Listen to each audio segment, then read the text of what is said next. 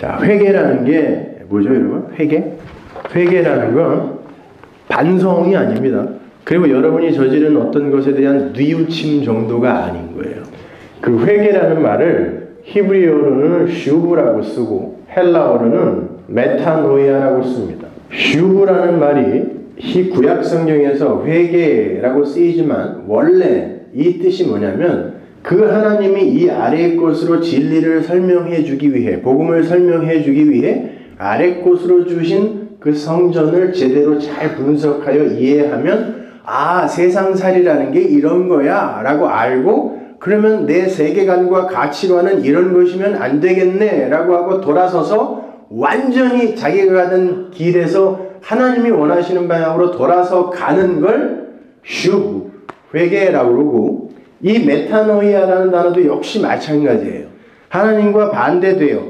모든 인간은 그 하나님이 원하는 길을 생리적으로 따라갈 수가 없어요. 그래서 모든 인간은 다 죄인이다 그러는 거예요, 성경이요. 이 땅에 의인은 없나니 하나도 없다 그러죠. 그 괜히 한 말이 아니에요. 인간은 이 땅에 아담의 후손으로 태어나는 즉시 하나님과 반대 방향으로 가게 돼 있어요. 나를 위해, 자기 자신만을 위해서. 근데 하나님은 그리로 가면 죽는다. 너는 내가 있는 곳으로 와야 된다 라고 말씀하신단 말이에요. 근데 그 길을 돌이킬 수 있는 방법은 인간 측에서는 없어요. 그래서 하나님이 우리에게 성령을 보내셔서 그 성령이 우리를 원치 않은 방향으로 밖에서 띠띠우고 네가 원하지 않는 방향으로 내가 끌고 간다 하고 끌고 가는 게 바로 메타노이아예요. 주님께서 베드로에게 그랬죠. 죄는요? 라고 물어봤을 때 요한에게 아니 이렇게 우리가 이 세상에서 고난을 받고 환난을 받고 이렇게 사는 게 성도의 삶이라고 하는데 주님 품에 늘 안겨있는 죄는요? 라고 물어봤죠. 요한복음 마지막 장에서. 그랬더니 주님이 너나 잘해 그랬다고요. 네가 왜 걔의 인생에 신경 써? 너나 잘해. 그러고서는 뭐라 그러냐면 네가 지금까지는 네가 원하는 방향으로 그렇게 살아갔지만 앞으로 너는 네가 원치 않는 방향으로 띠를 띠고, 띠는 항상 성경에서 진리를 상징하는 거예요. 내가 진리의 띠로 너를 묶으면 너는 이제 네가 원치 않은 방향으로 나를 향해 오게 될 거야를 메타노이아, 회개라 그래요. 그러니까 회개라는 건 여러분 측에서 만들어낼 수 있는 것도 아니고 생산해낼 수 있는 것도 아닙니다. 그래서 이 회개의 이야기가 가장 분명하고 확실하게 나오는 데가 어딘 줄 아세요? 누가복음 15장입니다. 누가복음 15장에 두 아들의 비유 있죠, 여러분? 돌아온 탕자의 비유. 그 비유 앞에 어떤 비유가 붙어 있어요? 잃어버린 양의 비유, 드라크마의 비유, 탕자의 비유, 이렇게 비유 세 개가 연달아 나와요. 주님이 한 자리에서 말씀하신 겁니다. 근데 뭐라고 이야기하시냐면 원어를 보면 내가 비유 하나를 얘기해 줄게 그래요. 세 개잖아요. 그럼 복수로 이야기하셔야 된단 말이에요. 근데 주님이 뭐라고 하냐면 내가 비유 하나를 얘기해 줄게. 그리고는 잃어버린 양의 비유, 잃어버린 드라크마의 비유, 탕자의 비유, 이걸 연달아 붙여서 말씀해 주세요. 그럼 무슨 말이겠어요? 그 세 비유는 한 가지 이야기를 하는 거야 라는 이야기예요. 그럼 한번 보자고요. 잃어버린 양의 비유가 뭡니까? 100마리의 양이 있습니다. 근데 한 마리를 잃어버렸어요. 그런데 99마리를 두고 한 마리를 찾아가는 목자의 이야기입니다. 여러분 이거 상식적으로 이렇게 하는 게 옳습니까? 99마리는 어떻게 하라는 거예요 그러면? 내가 그 잃어버린 양 한 마리 찾으러 가는 동안에 얘들 여기에서 무슨 일이 일어나가지고 여기서 또 잃어버리는 거 생기면 어떡해? 근데 그 주인은 도대체 무슨 생각으로 99마리를 두고 한 마리를 찾아갔을까요? 그 배경을 아셔야죠. 죄인과 세리들, 텔레온이라는 세리라는 단어는 그 구원, 그 가치, 그 평안, 그 안식을 사는 자라는 뜻이에요. 그래서 세리는 항상 성경에서 하나님과 주님과 가까이 있는 존재들로 이렇게 등장한단 말이에요. 하여튼 세리와 죄인, 이거는 하나님이 부르러 온 자들인데 그때 당시에 보편적 율법주의, 유대주의 하에서는 그들은 가까이 하면 안 되는 부정한 자들이었단 말이에요. 근데 주님이 항상 그들과 함께 먹고 마시고 그들과 함께 이야기를 나누고 있으니까 바리새인과 서기관들이 주님께 오더니 당신 왜 죄인들하고 이렇게 같이 먹고 마시고 있느냐고, 이거는 율법에 비추어 봐서 옳지 않는 거 아니냐고 따졌단 말이에요. 거기에서 주님이 그럼 내가 비유를 하나 이야기해 줄게 라고 파라볼레 하나를 던진 거란 말입니다. 그러면 내가 잃어버린 자가 아니다. 나는 잃어버린 자 아니다. 쟤네는 부정한 자지만 나는 이렇게 율법 잘 지켰고 이렇게 열심히 하나님 섬긴 자니까 나는 잃어버린 자 아니지. 쟤들이 잃어버린 자지 라고 자기가 잃어버린 자임을 인정하지도 않고 알지도 못하는 99 유대의 대부분이 누구라는 거예요?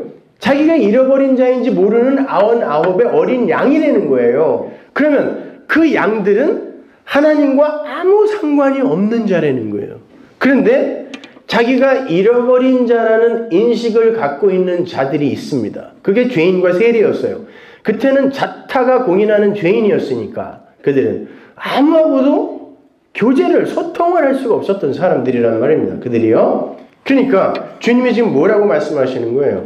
내가 한 마리 잃어버린 양을 찾아서 그 양을 찾아가지고 오면 하늘에 있는 천군 천사가 여기 있는 99마리, 자기가 길 잃은 자인지 모르는 너희 같은 99마리보다 이 한 마리 찾아오는 그걸 더 기뻐한다 그랬어요. 무슨 말이냐면 주님은 이 세상에서 내가 하나님의 은혜가 아니면 도저히 존재일 수도 없는 자구나 라는 걸 깨닫는 그들을 찾으러 오신다는 거예요. 그러면 성령이 오면 1차적으로 우리에게서 일어나야 하는 현상이 뭐예요? 아, 내가 길 잃은 자구나. 내가 죄인인 거 맞구나 라는 인식이 먼저 있어야 되는 거예요.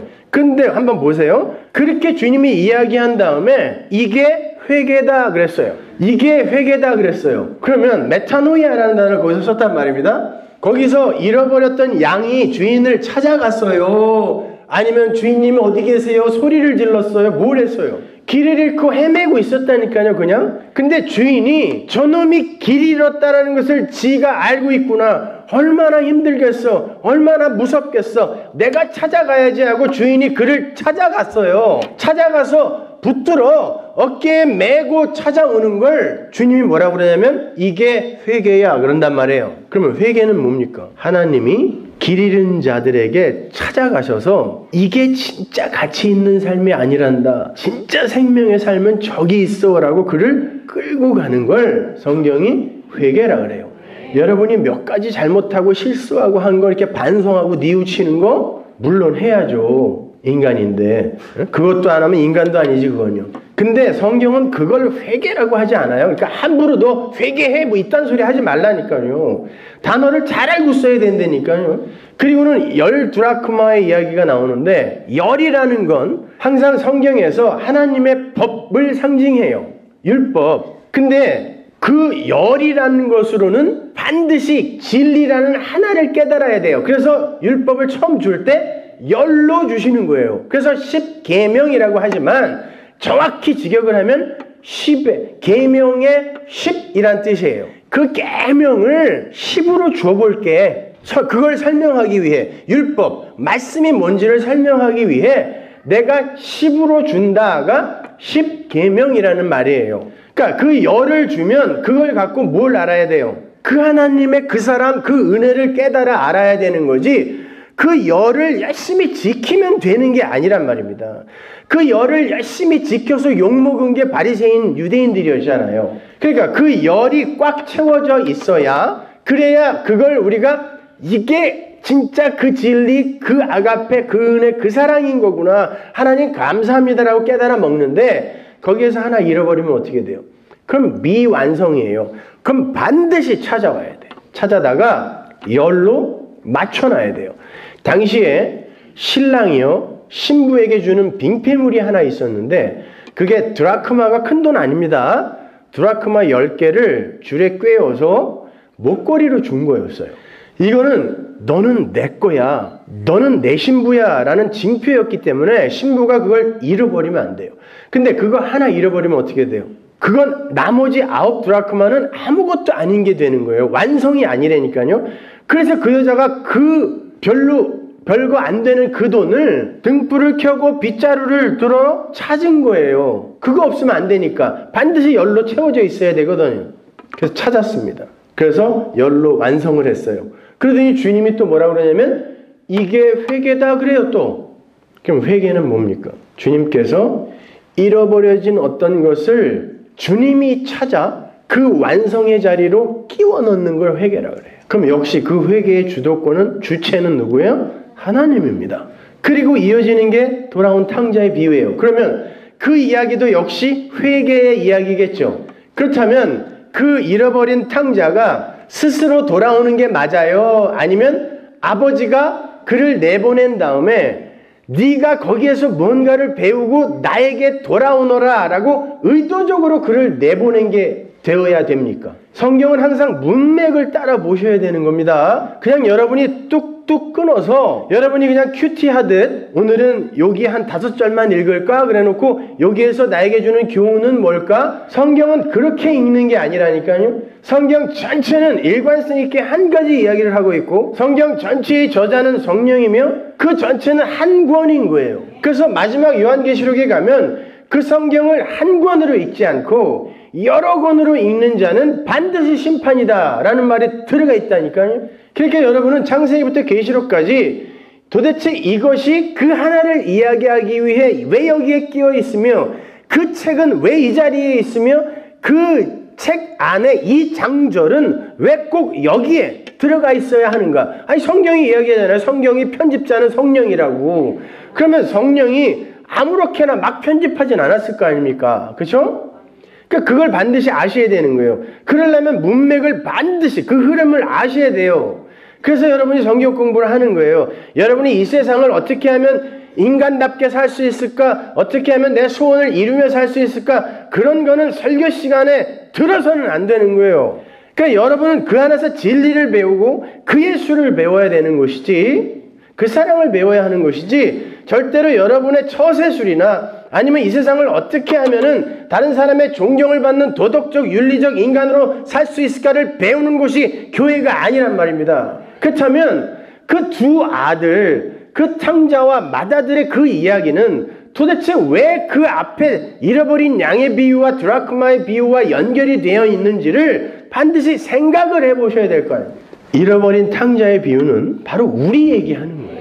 앞에서도 다 잃어버린 이야기죠. 지금 두 아들을 전 인류를 하나님은 둘로 봐요. 로마서에 나오는 내가 뱃속에서부터 그들이 나지 아니하였을 때 이미 사랑하고 미워하는 자를 결정했다고 한 그 두 사람. 그게 맏아들과 탕자의 이야기예요. 그런데 탕자가 뭐라 그러냐면 아버지 내 걸 미리 주세요. 내가 나가서 내 유익을 위해 한번 그걸 사용해 보겠습니다 라고 이야기한다고요. 갖고 나갑니다. 나가서 그냥 열심히 그 돈을 허비해요. 허랑방탕이라고 되어 있는데 그건 허비란 뜻이에요. 그가 허비를 하고 깨닫는 게 뭐냐면 눈을 떠보니까 자기가 그걸 허비하고 있는 그 세상이 돼지우리야. 돼지라는 건 히브리 사람들이 가장 부정한 짐승으로 여겼던 거예요. 그래서 안티오쿠스 에피파네스가 유대인을 조롱하고 모욕하기 위해서 그들의 성전을 장악한 다음에 돼지를 잡아 제단에서 제사를 지냈다니까요. 그러니까 돼지는 가장 부정한 짐승의 대표인 거예요. 근데 내가 사는 곳이 내가 내 유익을 위해 내 소원을 성취하기 위해 내 자아를 구축하기 위해 살고 있는 이 세상이 돼지우리라는 거예요. 깨닫고 나니까. 그리고 자기가 열심히 다른 돼지들과 함께 아귀다툼하면서 얻어내려고 하는 게 주역 열매네. 적어도 성도라는 여러분은 그 정도 인식은 이미 하셨어야 되는 거예요. 그렇다면 보세요. 내가 이렇게 열심히 아귀다툼하며 모으려고 하는 이것은 돼지가 먹는 부정한 것들이 먹는 부정한 거라면 그럼 내 양식은 진짜 내 양식은 어디 있지 생각을 해야죠. 그 탕자가 어디 있다 그래요? 우리 아버지 집에 그건 있어. 거기서는 종들도 그거 먹어. 나는 거기 가야 돼. 라고 깨닫게 되는 걸 회개라고 하는 거예요. 그래서 돌아갑니다. 아버지가 맨발로 버선발로 문 밖에서 기다리고 계시는 거예요. 그리고는 알았니? 아들아 네가 내려가서 너의 유익을 위해 네 자원과 네 열심과 노력으로 구축하려고 했던 것이 바로 그런 거라는 걸 네가 알았니? 그럼 넌 내 아들이야 라고 하는 게 구원인 거예요. 근데 맏아들은 아버지 내가 아버지 말을 어긴 적이 있습니까? 나는 아버지가 하라는 대로 다 했습니다. 이렇게 열심히 아버지를 위해 노력했습니다. 금식도 자주 했고 헌금도 열심히 했고 예배도 안 빠졌습니다. 나는 아버지의 말을 지키기 위해 술도 끊었고 다 했어요. 그런데 아버지 왜 나에게는 쟤한테 준 그거를 안 줍니까? 라고 이야기해요. 그럼 뭐죠? 내가 하는 만큼 우리 아버지는 나에게 보상을 해줘야 된다라는 그게 뭐예요? 그걸 율법주의라 그래요. 차등상급론이라고 하는데 그건 은혜가 아니죠. 은혜라는 게 뭡니까? 은혜라는 단어, 캐리스라는 단어 자체가 어떤 단어냐면 내가 받을 자격도 없고 갚을 능력도 없는데 그냥 무작정 나를 찾아오시더니 irresistible grace, 불가항력적 은혜로 나에게 줘버려. 뚫고 들어와 버려. 그리고는 이게 너를 살리는 거야 라고 가르쳐줘요. 근데 아무리 그 어떤 것으로도 내가 갚을 게 없네? 그때 그걸 은혜라 그래요. 그런데 그 은혜를 그러면 우리는 이제 찬송하게 되겠죠? 그게 에베소서 1장 아닙니까? 인생의 목적이 뭐예요? 그 은혜를 찬송하는 거예요. 근데 우리는 자꾸 내가 이만큼 하면 하나님이 나에게 이만큼 보상해 주겠지라는 그리로 수시로 떨어진다니까요. 그걸 율법주의라 그래요. 그게 유대인이었어요. 그게 바리새인이었어요. 하나님이 아들아, 이 아들은 그렇게 세상에 나가서 다나토스, 죽었다가 살아서 나에게 온 아들이야. 이가 아들이란다. 너는 여전히 내 앞에서 시퍼렇게 살아있구나. 그걸 바리새인과 서기관으로 비유하시는 거예요. 그게 누가복음 15장 1절부터 32절 마지막까지의 논지란 말입니다. 그렇다면 회개는 여러분이 울고불고 한다고 되어지는 게 아니에요. 그리고 나가면서 똑같은 일 또 해본 경험 있죠? 그걸 회개라고 합니까? 천만의 말씀입니다.